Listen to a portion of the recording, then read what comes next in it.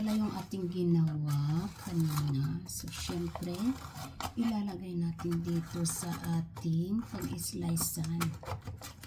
So, ganito ang ating gagawin para matanggal yung pagkadikit niya dyan.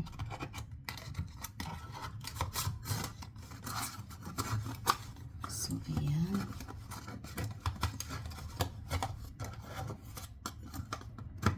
Okay na. Ngayon, papataob natin ito. And then, kuhanin natin sa ayun. Tapos, turoy.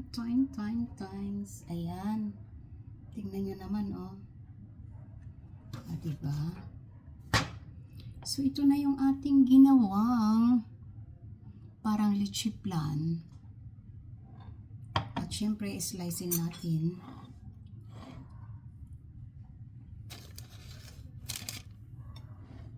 Ayan, mag-slice tayo. Slicein natin sa gitna.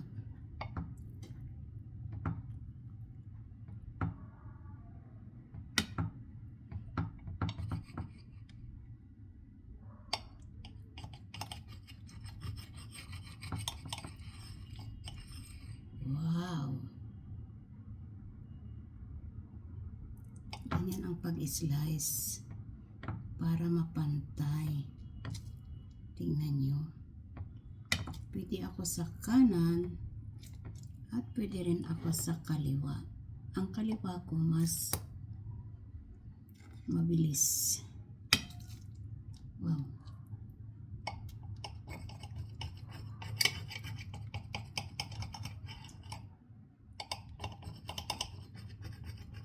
Para siyang leche flan. Ang sarap-sarap. Amoy pa lang, sarap na sarap na.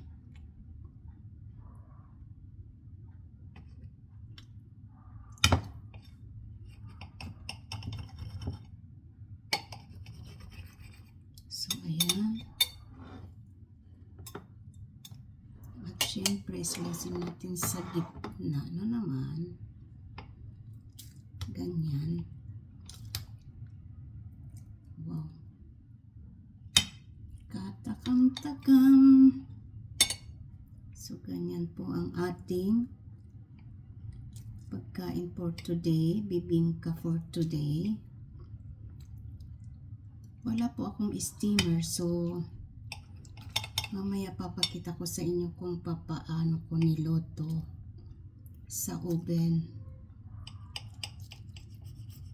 So, ayan, kapain ko na. At least malinis naman yung aking kamay. At hindi naman pang benta. So, ganyan po ang itsura. Ayan. O, diba? Ang ganda-ganda.